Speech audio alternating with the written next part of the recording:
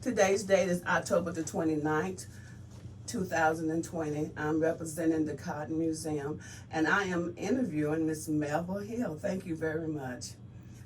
Miss Hill, first, let me congratulate you on your accomplishments. I've seen you in the community. I'm just very proud of you. Uh, what are some of the achievements you are most proud of? Community-based Yes. Okay. Well, one is that I'm serving right now my second term as a president of the Altrusa International of Greenville Service Club. Mm-hmm. And that is an organization that is very, very dear to my heart because of the service.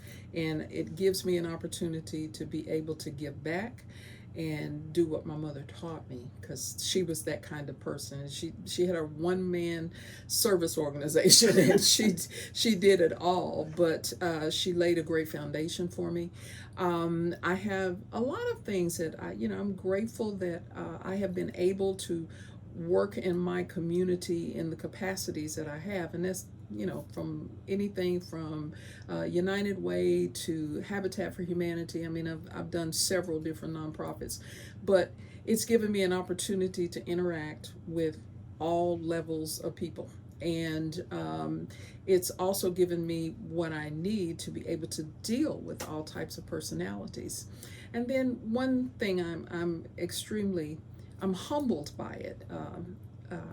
My mother would be proud, is that I was a 2017 worthy citizen.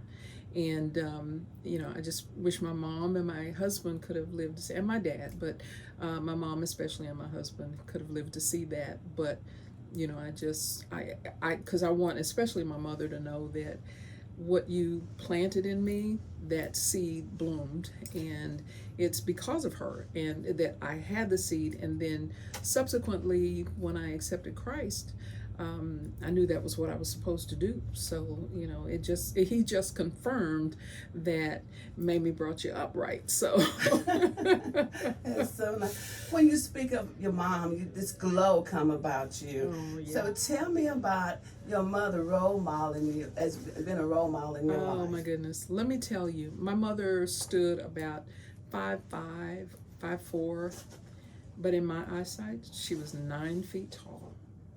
And she was a woman of principle.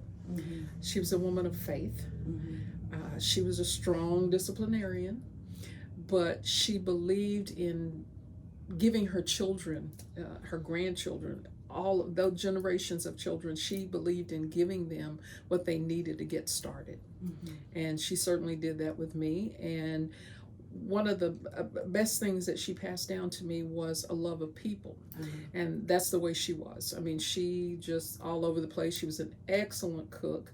So she cooked for everybody. Even when we all grew up and moved away, she'd still make these humongous dinners.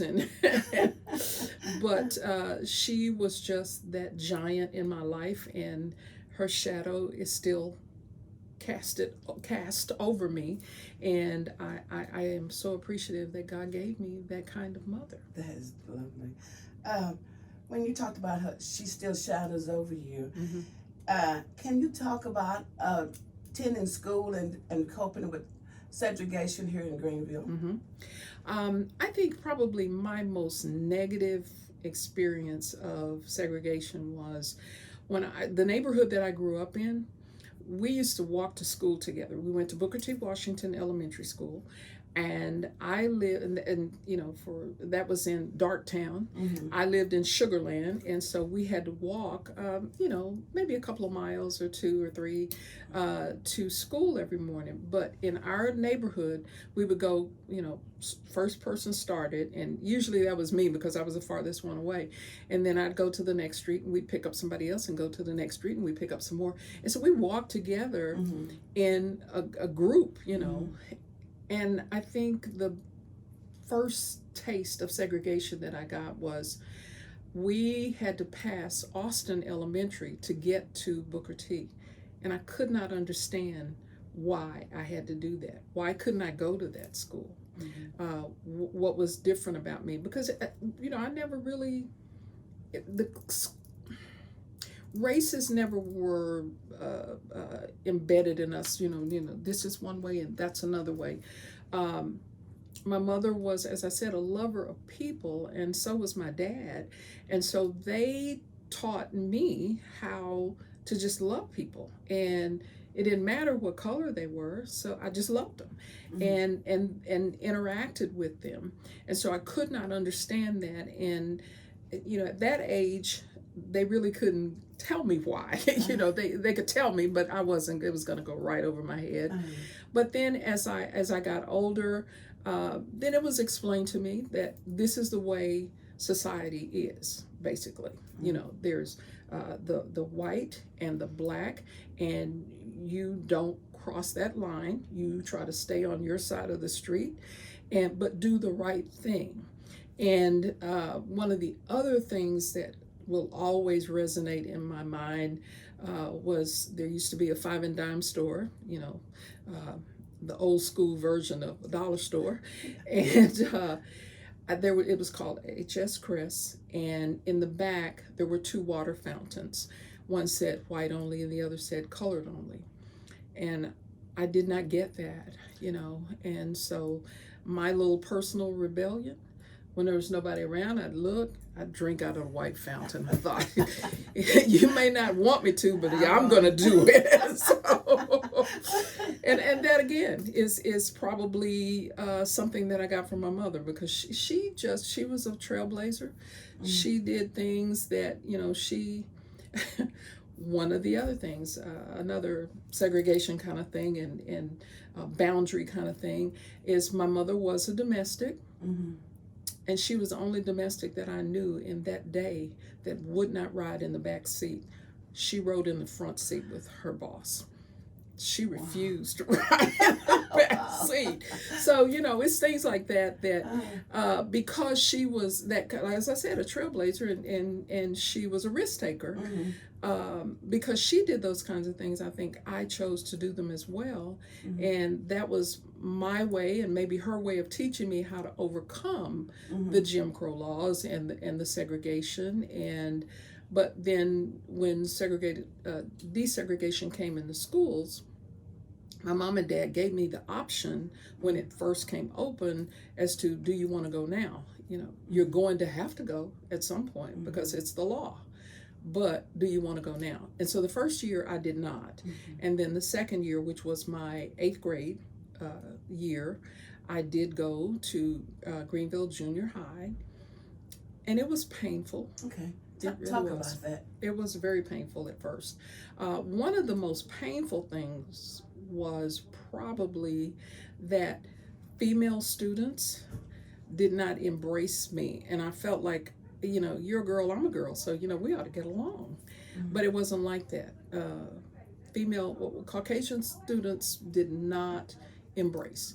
I got along with guys. One of my first friends was Rob Payton, and I loved him till the day he died, and we were very, very close. And because his name was Payton and my maiden name was Payne, we always fell close together, in assemblies and that kind of stuff. But that was part of it. And then, of course, there were several prejudice teachers that did not want us there. And I rebelled against them because I felt like, hey, I'm here because I have to be. And so, you need to lump it just like I'm having to, is basically the way I felt. But what I would do, and it was so stupid, but, I'm a reasonably intelligent person, and I have been all my life. And so I would purposely not study or purposely make a bad grade because I knew it ticked them off. And I thought, I don't have to do this. As long as I could pass, I was cool. Until my mother decided you're gonna have to do better than this. This is not the way to fight the fight.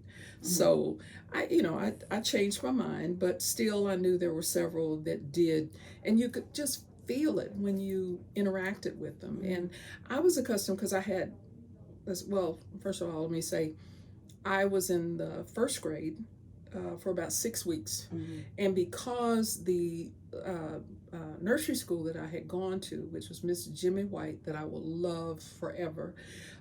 When you turned 5, she began teaching first grade work. So by the time I got in first grade, well, all my assignments, I breezed through them. I was a straight A student back then, and I would breeze through the assignments, and then I'd want to talk. I was 6 years old. I didn't know anything else to do with myself but talk. And so they realized that I knew the work, so they bumped me to the second grade after the 6 weeks in first grade. And so I was always a year behind the other folks, and so I had to catch up with them because they were older and more mature. But yeah, that first 6 grades, I went to an all-black school. I was at Booker T, and then I went to Carver High for a year, and that was back when Carver High housed 7 through 12. And so I felt good there. But then when I went to the junior high, it was just so different because it may have been 10 of us in that whole school. And it was probably a population of maybe 250, 300 kids. Wow. So, but I had some great Caucasian teachers, and all of them weren't great, but some of them were. And one of them that really jumps out at me is Miss Price. Joyce Price was my English teacher, one of my English teachers, and also Cosette Lane was one of my English teachers, and they were both very dedicated, and all they wanted was a student to learn. They didn't care what color you were, and I really appreciated that. And at 12, 13 years old, I needed that. And then I remember my driver's ed instructor was Coach Gibson, and he was a jewel. I mean, he was a giant of a man. He was about 6'5", about 275, but he was just that kind of person that he just loved kids. But you respected him. Don't think you were going to run over him. But I had teachers like that. But then I had some, I would have sold them for a penny. I really would have. Yeah. And I won't call their names, but they did make an impact on me. And when I realized that I was hurting myself more than I was them by not studying and not applying myself, then I put it in another gear and began to do what I knew was right because my mother was saying I had to, But yeah, and I had another wonderful teacher, my shorthand teacher, Miss Ellison. Oh, that was the sweetest woman in the world. And she was very nurturing, and she was the kind of person that, you talk about hands-on, she had to be there with you and put her arm around you and talk with you. And that was what I had gotten from Black teachers all my life. But then once I got to the 8th grade, then that all went away. But she was one of those that, and when I got into high school, that she knew that teaching was a calling and not a job. And so because of that, I will always remember her. She was just so wonderful. But yeah, it was hard. And I will tell you this, one pleasant experience when I got to junior high was I've always been a big girl. And I mean, when I was in elementary school, I was taller than my principal. In the 6th grade, I was taller than my principal. There were only 3 people in our school that I was not taller than, and that was a woman by the name of Miss Burnley, and then there was Mr. Gilstrap, Melvin Gilstrap, and there was one boy in my class, Michael Hollinsworth, and they were the only 3 that towered over me, but I was taller than everybody else. So when I got to junior high, there was one girl there, and her name was Sherry Patterson, and already I was about 5'11". Then Sherry was 6 feet, and I latched on to her because she was taller than I was, and I thought, yay, there is somebody else, But that was one of my most pleasant experiences, and she was very sweet. She was one of the few females that opened up. She was. I want to go back just a minute. I saw this glow in your eye when you talked about how the Black teachers loved you and cared and nurtured you. And then the transition came. will you explore the love you receive from the black teachers and encouragement? I'll be happy to. As I mentioned, Miss Burnley was 6 feet in her stocking feet. And I remember one day being in the lunch line, and I always slumped because I was, so much bigger than everybody else. And she came one day and put her arm around me and said, "Sweetie, God gave you that height. You need to be proud of it. Stand up straight." And I started standing up, and I've been standing up ever since, because that touch. And the other part about that is that my mother knew all of my teachers, and my dad knew them. My mother knew them better, but my mom, and I was a daddy's girl, but my mother was the guiding force, in most things. And so I knew that if I messed up, they were going to get firsthand notice. That she was going to get firsthand notice. And so, but they were always so kind. My second grade teacher, I thought, oh my gosh, I just got to know this teacher. Now, I got another one. And her name was Blanche Clark. And I loved Miss Clark. Oh, she was so sweet. And I think another reason why I loved her so much is because she's about the same size as my mother. They were about 5'4", and actually fair complexion like my mom. And so she reminded me of my mother. But she was that kind of teacher. I had so many others, that Miss Foster and Melvin Gilstrap. He was my sixth grade teacher, and they all knew that some of us needed more of a touch, but we all needed some kind of touch to give us that motivation to do the best that we could. And so I will always treasure all of those folks that went that extra mile. As a matter of fact, like I mentioned, Miss Jimmy White. Miss Jimmy White had a day school, basically, and she probably averaged about 25 or 30 kids at a time, and the school was in her house, and she had this humongous backyard, and we would play, and she had a little desk set up in her house, and as I said, she began teaching when you turned 5. You went to first grade work, and so I was well ahead because of her insight and her vision. I mean, she was just wonderful. And then not only did I have her in day school, but then she was my Sunday school teacher. So, I had that hands-on touch in 2 areas. And it was just like that with just about all of my teachers. And I have a few of the teachers that I had when I was at Carver that one year, I still see from time to time. One of my teachers was James Al Weatherall, and he is still a dear friend of mine. He was always a friend of the family, and he is a dear friend of mine, and we keep in contact. He's out of the city now, moved out of the city, but Bryant Richards was one of my teachers, and I loved him. I had a few there too. I mean, I'm not gonna lay it all on white teachers. I had some black ones I didn't like either, but those are 2 that I loved. And of course, when I was at Carver, LP Waters was a principal, and you didn't mess with LP. Another, and I was drawn to the gentle giants. He was probably 6'5", 6'6" as well. And, he was the kind of principal that he just walked down the hall and got attention. I mean, he didn't have to say anything. He just walked down the hall. I mean, he claimed that respect. And I think that's one of the issues now, is that we don't have a lot of teachers that are allowed to claim that respect, because there are so many restrictions. And while we can still implement corporal punishment, we don't. And I think that's a fault of the parents. It takes a village, and black people have known that all our lives. So we still need to have that village going, and if we did, I think our kids would be more in check than they are now.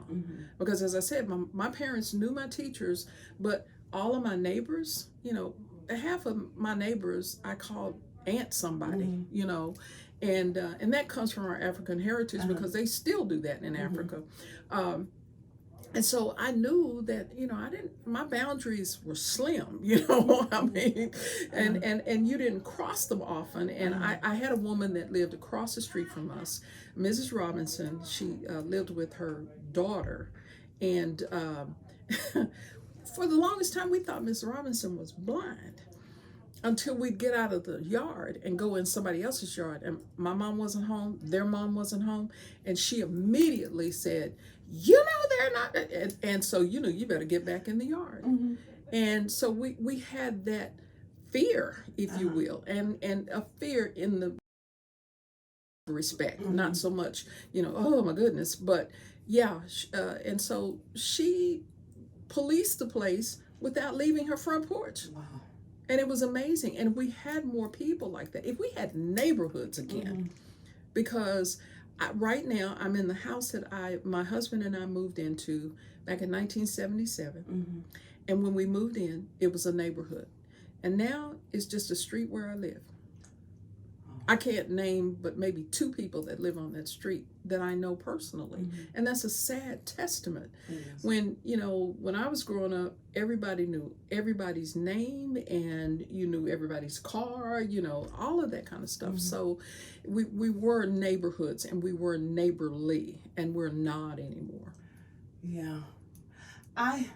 You covered so much information. I want you just to touch just a little bit on when your parents were involved, because now we don't have the parents involved in the school. What do you think that is from? Well, part of it is because we have a lot more single parent homes now. And so people are having to work to take care of their kids, and they can't have all of that quality time that we had. And again, the village is not a part of that child's life, because my mom worked for Mary Puddin Hill, and in the baking season, my mom would work 7 in the morning till 10 at night. Sometimes she'd have to wake me up at night when she came in to say goodnight to me. My dad was a foreman for a contractor in Garland, and he would leave between 5:30 and 6 in the morning, but he would get home around 5. So in the meantime, I have a cousin, it was my mother's first cousin, that lived right down the street. And he and his wife watched me and took care of me. And so here again, that's that village plugging in to where you need something. And I think that's a big part of why we don't have that anymore, is because the village doesn't want to step up. And parents today, you can't touch my child, you know, and it bothers me because sometimes your child needs to be touched. And if you had touched him at home, nobody else would have to touch him out there. You know, I can't ever remember anybody else spanking me. And I only got like 3 spankings that I can remember in my childhood, because my mother was fearless, and so you didn't want to encounter that. And really, I would have rather had more spankings, or whippings as we call them, than the talk. Oh, I hated the talk. But you know, but I still, yeah, she wielded a strong hand, so no. But I think it all goes back to the village concept. We don't have it like we once did, because everybody was helping you to raise your child, and you appreciated that. You know, you wanted it, you needed it, and so you certainly appreciated it when people came to your rescue. I thank you so much for that, because just to hear the fact, single parents today, I really did relate to that as well until you explained that. Thank you so much. I want to move on to, I love the discussion, but I want to move on. No problem. You covered your role models, and just would you touch on those who encourage you to step out on faith as you enter to the job market? Oh, okay. Here again, that would be my parents, because they were the kind of parents that said, if this is what you want to do, you can do it if you apply yourself. and they made sure that I knew how to apply myself, you know. And as I said, my mother was a domestic, but she was a domestic to be reckoned with. And she was the kind of person, I'm going to show you what kind of person she was. As I said, she worked for Sam and Mary Lauderdale, and she subsequently went to work for them out at their bakery doing odd jobs and stuff, but she was there in the house. And, you know, within the first few months of her working for them, Mrs. Lauderdale sent her to get some shirts or underwear or something for Mr. Lauderdale. And what she did was, no, this is mine. I'm sorry, and I can't, oh, is it? Okay. And what she did was went down to one of the local department stores that was a men's store. And she brought back what she was asked to pick up. And so Mrs. Lauderdale asked her, you know, where did you go? And she told her MR shop or wherever it was. And she said, well, do you have a receipt? Do we need to pay you back or whatever? And mother said, no. She said, well, how did you pay for it? And she said, I charged it. And so Mary said, but we don't have a charge account there. She said, you do now. She saw a situation, she handled it. And that's the way she was. Beautiful. Yeah, that's my mom. Oh gosh. Yeah. Yes, absolutely. So yeah, she just let me know that if there's a situation, there's a remedy. You just need to find it. If I wanted a job, there was a remedy. I needed to find it, and so I did. Love that. Oh wow. That could be a whole discussion. Yes. What's some of the obstacles you experienced and you faced during employment? You know what? I have to say that I have not had a lot of obstacles. And I think, I mean, you know, this is really the Mamie show because I'm telling you, she laid a foundation, and I was Mamie's daughter. So the people that hired me had high expectations. And so that was all she needed. They needed, because my mother was a well-known person in the community, and she was known for her character, and her word was her bond.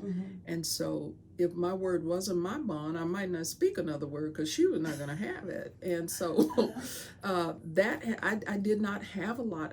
I went to work for the phone company, and both my older sisters were already working for the company.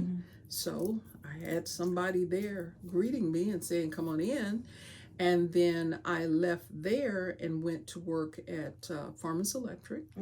And that was something that was a little bit difficult, because I think at the time, other than the maintenance man, I was the only Black person there.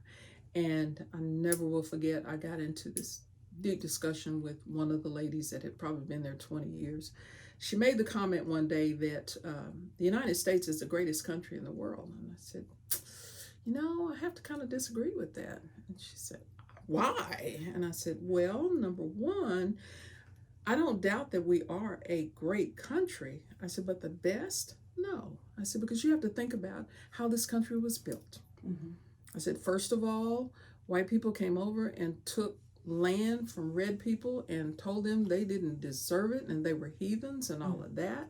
So then that was greed to me. And then when you move past that, you got to, well, y'all were kind of lazy, because she was a white woman. And I said, y'all were kind of lazy because then you brought us over here to work for you. And it went on from there. And I said, you know, I'm not saying that we're not a good country. I'm just saying that we need to reckon with how we got to where we are. And it was on the backs of people of color. And, you know, now with the movements that we have, I'm excited that white people see what we've been going through. And I saw on Channel 8 News, they've got this While I Have Your Attention segment.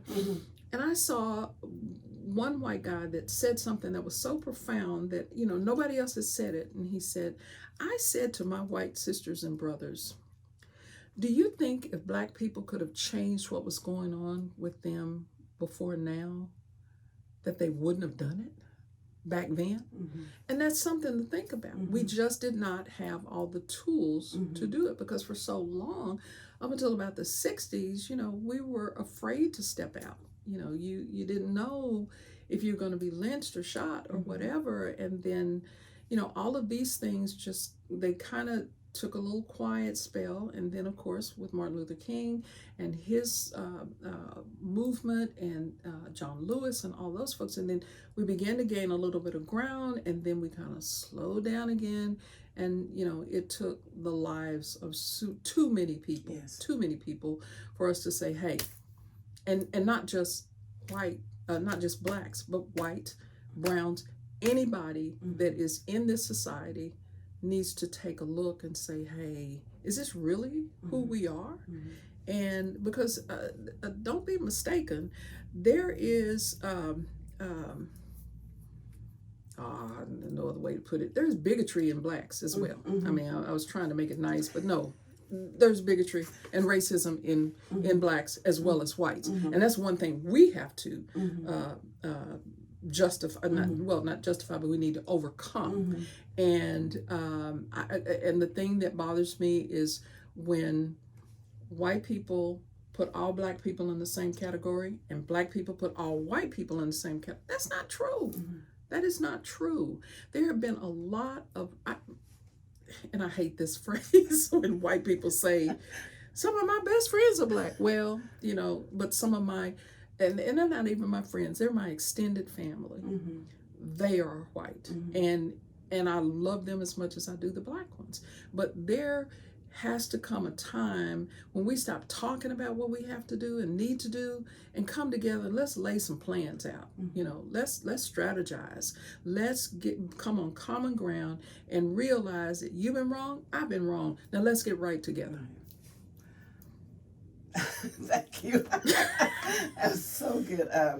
I have to remind her that I'm a preacher. I mean, I get carried away, and it's not a problem for you to stop me. And you just said I have to remind her I'm a preacher, but let's talk about that. Okay. Okay. Now I understand you are a pastor of a local church in Hunt County, and as a pastor of female, I know female women's back in history faced some obstacles and discrimination from the male ministers and pastors. Explore that. History has repeated itself. It has. But again, my background may be able to stand because I know it's very hard to stand when somebody lets you know right up front that they don't believe that you should be where you are. I am in the Baptist church. There are associations, and the association that I was in, that I am still in, we had 8 or 9 churches, and over that district of association, you have a moderator that just kind of is the go-to guy or gal to. Well, about the 2nd or 3rd year that I was pastoring, the nominating committee came to me and asked me, would I serve as moderator? And I said yes. And just before the vote went before the body, I leaned over to a friend of mine and I said, I can tell you that if I am voted in, that this gentleman is going to pull his church out. That was on a Saturday. The next Sunday morning, he told his church that it was not biblical for me to be in that position, and so they were pulling out of the association. Now, there's 2 things wrong with that. Number one, first of all, a moderator is not biblical. So you can't use the Bible as your reference. Number 2, which this is the premise that I stand on over and over and over. Deborah was a judge called by God to lead God's people. Now, if you're a judge, you're basically kind of doing the same thing that I do as a pastor. And if God called her to do that, how can you tell me that I have no place? How can you tell me that? And there are other scriptures that tell you that God said he will pour out his spirit on his sons and daughters, and they will prophesy.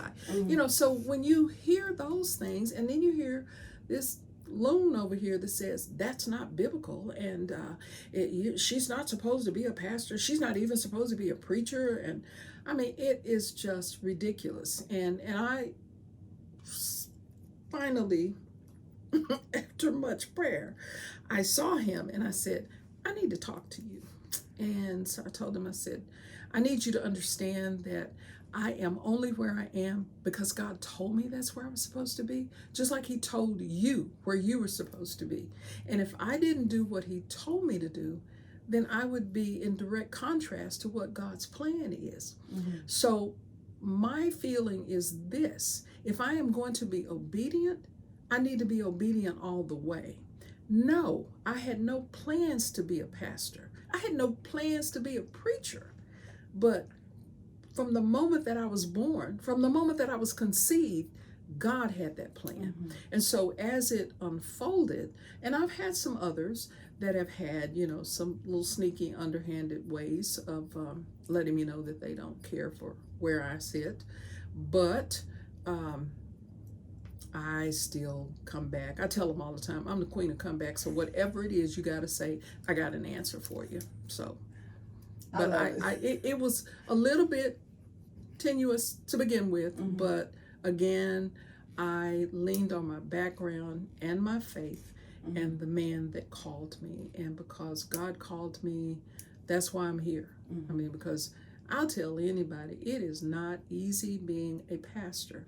If you got kids, say you got 4 kids, each one of those kids has a personality. Now multiply that by 15 or 20, and some of the time members act like kids. And so you have to be able to handle that. And I know that things that I have handled, that's what lets me know that I am truly a child of God. Because back in the day, I'd have told you where to jump off, and it was not have been pretty. So, I thank God that he did save me, because I needed saving. I truly did need saving. And it has not only helped me in my ministry, but it just helps me with people at large. I mean, I'm able to step in and help folks, and, things that I never would have thought about doing, that God has enabled me to do. But I was not going to let the naysayers push me out. And in January, I will celebrate my 9th year as a pastor, and I will be, 18 years in the ministry. Wow, what a blessing, what a blessing. Yeah. When you said grounded, I thought about your parents. They prepared you, they grounded you to these steps so you could able to progress. Wonderful. You covered this a little bit, but I want to ask you about your business and your faith philosophy in life. You covered it just a little bit. Primarily, it is. It's based on Matthew 6:33. Seek ye first the kingdom of God and his righteousness, and he'll add everything else that I need. And I kind of expand that in that, I constantly tell God, if there's a door that I don't need to go through, slam it shut and lock it. If there's a door that I need to go through, open it wide so that I can see that it's open and push me through it. And above all, help me to hold my peace, because I'm a very vocal person. I'm a very frank person. And I ask God all the time, if there's somebody that I think I need to tell them this, you need to shut my mouth if I'm not, because sometimes it's my thoughts and not his. And I don't want to say I'm a child of God and then you hear me lambasting somebody, and I don't want to do that. But let me say this. Sometimes I want to do it, but I know that I shouldn't do it. So ergo, I try not to do it. But yeah, and before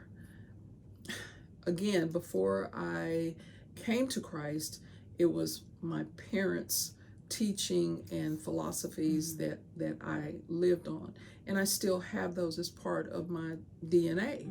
But then my DNA was perfected by the blood of Christ. And so now I can do all things through Christ who strengthens me.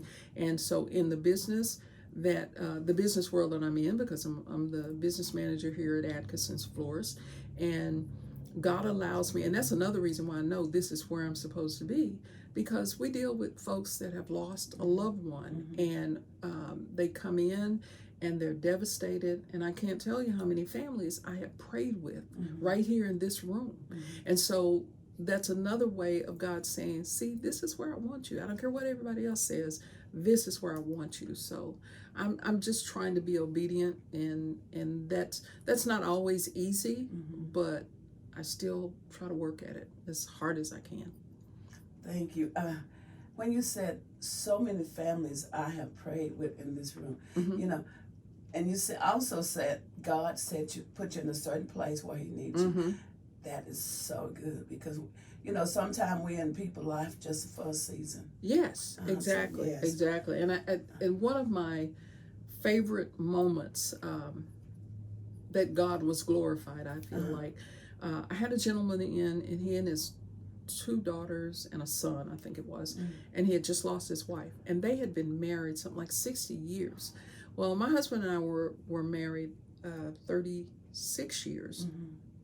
So I knew how it impacted me, but 60 years, I mean, hey. And when I started giving him a few things that he could do to kind of keep that connection with his wife, I saw a change come over him. And then one of his kids said to me, we really appreciate what you said to Dad, and because we really think it helped.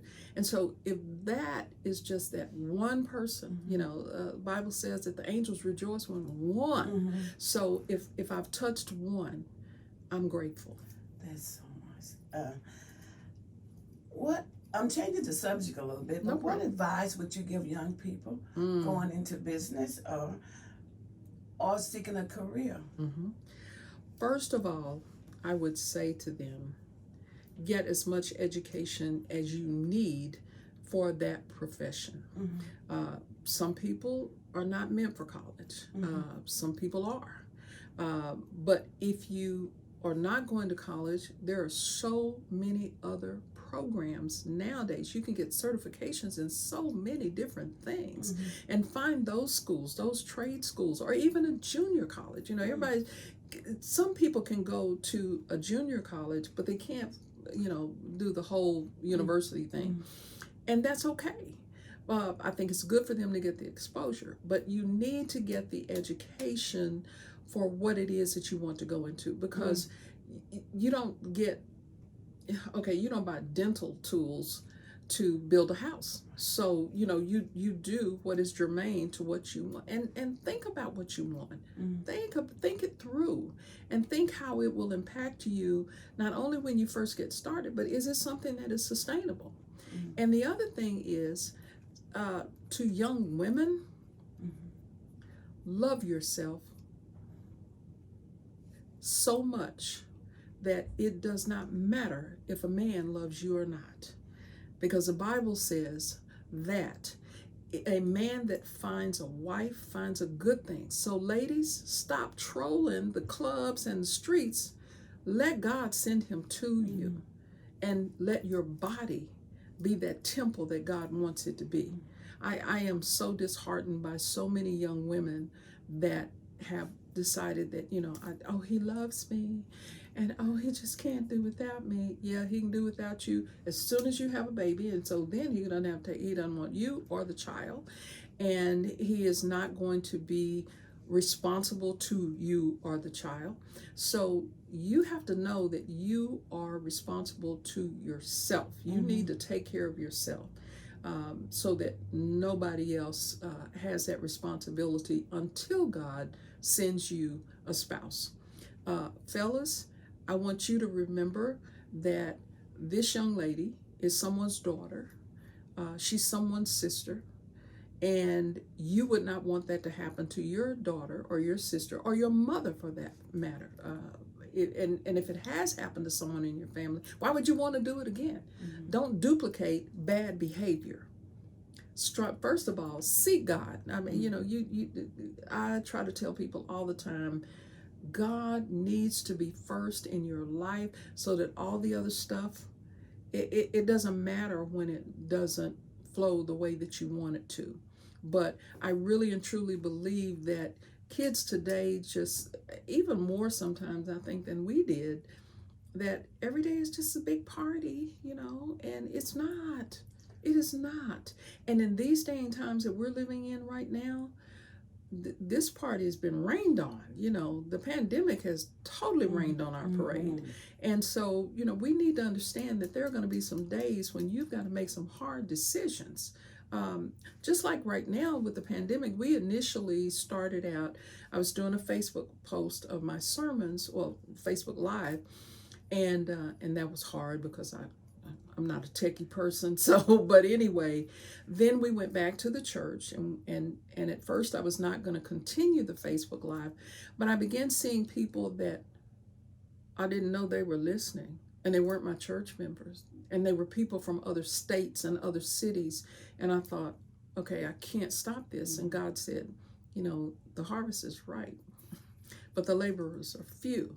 So if you can get this harvest brought to me, that I'm pleased with that. And so I continue to do that, and I'm grateful that I'm touching somebody somewhere. And I just pray that if there's somebody out there that does not know the Lord, that they will come to know him. If they already know him, that they will get closer to him. But yeah, that's the first thing is, you need to seek God first. And then these other things, these are things that God will give you the tools to work toward for your ultimate future. And believe that you can do whatever you set your mind to. And the other thing is, don't sit and wait for handouts. Don't wait for the food stamps. Don't wait for welfare. Find you a job. I worked for the Boys and Girls Club for a while as their operations director. And one day I had a bunch of kids and I said, what do you want to do when you grow up? And, football player, basketball player. I had a couple of doctors. And then this one young man said, I want to work for McDonald's. And everybody just started laughing. And I said, why are y'all laughing? Oh, he wants to work at McDonald's. He wants to flip burgers. I said, yeah, that's the way you start at McDonald's. I said, but he could one day own his own McDonald's. He could own a chain of McDonald's. And then y'all will be, you played football and now you're hurt and you can't play anymore. But this man has a business. And so that's another thing. I try to give a different slant, especially when I'm talking to young people, that, the way you think you see it is not necessarily the way you should see it. Wow. This has been such a insightful meeting today. And I have one more question. Okay. How do you want history to judge you? Well, don't judge me, first of all, because I have that human frailty and I do make mistakes. But I guess what I'd like people to remember about me is, first of all, that I was a child of God in action, not just words, and that I loved people and I tried to make things better for not only myself and my family, but those other people that I come in contact with. Because, if I could just say an encouraging word to somebody, I'm grateful to do that, and they can move on further. But but just remember that I was the kind of person that you could call in the middle of the night and say, hey, I need you, and I'm there, because God gives me strength to do it. Thank you. And I'm going to give you this opportunity to summarize. How do you feel about the questions today? Is there anything else you would like to add to the discussion? I really think you covered pretty much everything, Betty. My growing up and I didn't get to say, and if my kids see this, they will ask why I did, especially my youngest. I'm grateful that God has given me not only the opportunity to be a daughter, but a wife and mother, and I have 4 children. I have 6 grandchildren and 2 great-grandchildren, and I love them dearly, and I'm glad that I got that opportunity, and you might just in future questions, what is your family makeup? And as I said, I was married for 37 years and to a wonderful man, and it was rocky for the first 10 years, but how sweet the last 27 were, because we were both children of God by that time. And us walking in faith and walking together instead of in our separate directions, it made things so much better. It was like we first met, we were just falling in love again. And he was, and that's another great story. Let me tell you that real quick. We have time. Okay, good. My husband was in the Air Force for 21 years, and he was MP, security police, all that. And then his last 7 years in the Air Force, he was assigned to presidential security. So he was in Air Force One security, and they brought the plane to what was then E Systems, and F.L. Lane introduced us, and we got married, and I moved to D.C. with him, and it was such an experience because you knew that I was brought up in Hunt County, but I have lived other places, and that was one of the most educational places. Was when we lived right across the D.C. line in Maryland, because he had to be very close to the base. But I worked downtown D.C. Oh my goodness! Now that's an experience. You have everything from the peddler on the corner to the vice president that you're dealing with, and so it was a very much a learning experience, because that was the farthest I had ever been away from home. But it was wonderful, because I learned a lot more about people, and I've been brought up in the South, and so it was totally different. I remember one day I was going down the street, and I hadn't been there very long, and Texas, hi, how are you today? No, we don't care who you are. And this woman literally clutched her purse to her, and I thought, what was that about? And the first week I was there in apartment hunting, I went down the street and I saw a funeral procession coming toward me. So what did I do? I'm from Texas. I pulled over and stopped. I got honked at because I stopped traffic for this funeral procession. So, I've had other cultures that I've dealt with, and that was really a good experience, because it helped. Again, God was putting all those eggs in that basket to make this cake that he was going to make, called pastoring, for me, because I got an opportunity to learn from a lot of different people and personalities, and again, cultures, and that was another thing. There was a heavy Nigerian population in DC area. Made me a time or two think, I hope I'm not from their tribe, because they don't like women in power. And then you talk about having an issue with a woman in business. I work for Chesapeake and Potomac Bell, and we have Nigerian men that did not want to talk with us because we were female. And I think that one was harder than the black on white bigotry and racism, because I came from you or somewhere over there where you are. But yeah, I mean, it was astonishing to me. I had never, again, black on white, yeah, but black on black, no, I had not. And so it was very, very eye-opening. But other than that, I think you covered all the bases. Okay. I mean, from childhood to ministry, I mean, that's me. That's me. And so, and I've worked in a lot of different businesses. I've worked in nonprofits, was executive director of Habitat for Humanity. Again, gave me an opportunity to learn how to deal with people, especially people in need, which really was hard for me at first, because I just didn't know that people lived in some of the conditions that they lived in. And, when we could celebrate the fact that they were moving into a decent home, that was so rewarding. And in that encounter, I had a lot of labor that was volunteer labor from the parole system, as well as some of the inmates. And that was another opportunity that I didn't really realize what God was doing with me, but he gave me an opportunity to talk to these folks. And one day I had a young man. One of the things I always did was say, "Hi, I'm Melva Hill, and I'm the director here, and I want to thank you for doing it." And some of them, they had to do it, but I still thanked them for doing it. And I was at Brookshire's when it was still over on O'Neill, and this young man came up and he said, "Aren't you Miss Hill?" And I said, "Yeah, I am." He said, "You don't remember me, do you?" And I said, "No, sweetie, I'm sorry." I said, "I'm so bad with names." I said, "But tell me where I know you from." And he said, "Well, I was one of the inmates that came over and helped you at Habitat." I said, "Oh, okay." And he was dressed decent and everything. And he said, "I want you to know that since you talked to me, I went back to school."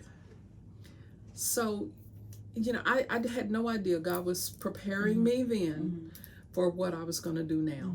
And to know that somebody turned a corner because of something I said to them. And it's not me saying it to them, it is God saying it through me. So, I just thank God that He is God, because heaven only knows what Melva would say. Well, Melva, thank you so much for this interview. Do you have any questions for us at this time? No, I thank you very much for the opportunity, and I hope I've done something that helps your project and is worthwhile. And so enlightening. There was so much more we could cover, well, but maybe we'll schedule another one. Okay. Thank you very much. Thank you for the opportunity. Yes. What church are you pastoring? My church is it's Ebenezer Baptist in Wolf City. Okay. And that's another thing. I was really a little bit leery because this church is over 100 years old. We are 131 now, and there were a lot of older men there, and I thought, oh man, this is going to be hard. But I have to say, they were and still are wonderful. I have one of the most amazing deacon boards that you will ever have. I mean, my guys, I just say I need, and they say what.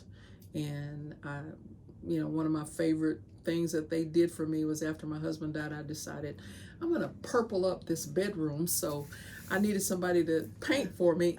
They brought a crew over. Oh, that's so nice. Yeah. I mean, they are wonderful, and and that's something in the African American churches.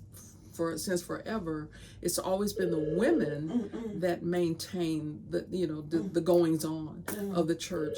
My guys do, and I love them dearly. I love them dearly. And you have a beautiful community now in Wolf City as well. Yes. Okay. Yeah, and we recently had to deal with the shooting death of one of our young men that was 31 years old by a police officer. And just the way this community came together and stand together has been beautiful. And we had his service at the high school football field, and there were 200 chairs on the field, and about 2/3 of the stadium was full as well. Wow. So, and it was black, white, brown. I mean, it was everybody. That community comes together, and they love each other. And I think this police officer is from outside of Wolf City. And so, that's one thing. Another issue that we have is our police. I highly, highly regard law enforcement. Even before my husband was in law enforcement, even when he was out at E-Systems, and I do highly regard them and respect them. And here again, it's another one of those situations where, okay, we've had some shootings by police officers. All police officers are bad. No, again, don't group everybody in one little box. It's that, one bad apple in the barrel. Mm-hmm. Well, instead of letting that apple destroy all the other good apples in the barrel, take that bad one out and fix him or her. Mm-hmm. And I think that's what I don't believe in this funding of police officers, because you defund them. Well, if I call 911, who's going to come? Mm-hmm. So it's a touchy situation, but all I ask is that police officers remember what they are on the job for, to protect and to serve. And if you can't do that, then you need to step down. And but that's in any profession. Right. If you cannot do what your job description calls for, you need to step down. Need to step down. Thank you. I just want to touch on just a minute your Facebook page. Yes, Okay. I'm going to watch it. I think it's very exciting that you just stood out on faith and you were willing to share that information all over. Well, and had it not been for me seeing so many different names that I had not heard from people, some of them I hadn't heard from in a long time. And as I said, I'm president currently of Altrusa International of Greenville. Well, we are in 13 countries globally, and we in the United States, we've got clubs in every state in the union, well, except for Alaska and Hawaii. But the fact that I've met so many women from all over the world, and some of those folks are the ones that are tuning in to my Facebook post. So wonderful. So it makes me feel good that I can touch somebody somewhere, because you never know, maybe that was a day they couldn't go to church, flipped it on, and there was a word that encouraged them. Yes. Thank you very much. You're very welcome, and I thank you.